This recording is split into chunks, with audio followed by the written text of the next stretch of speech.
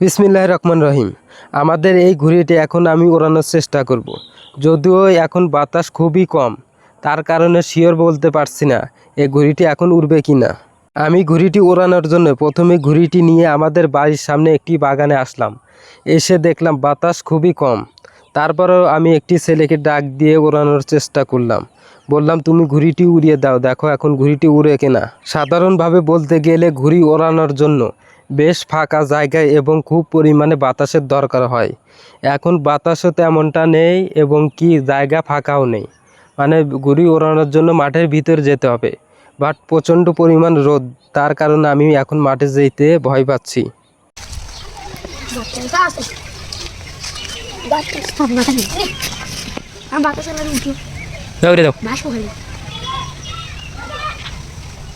বাতাস কম উঠবে না?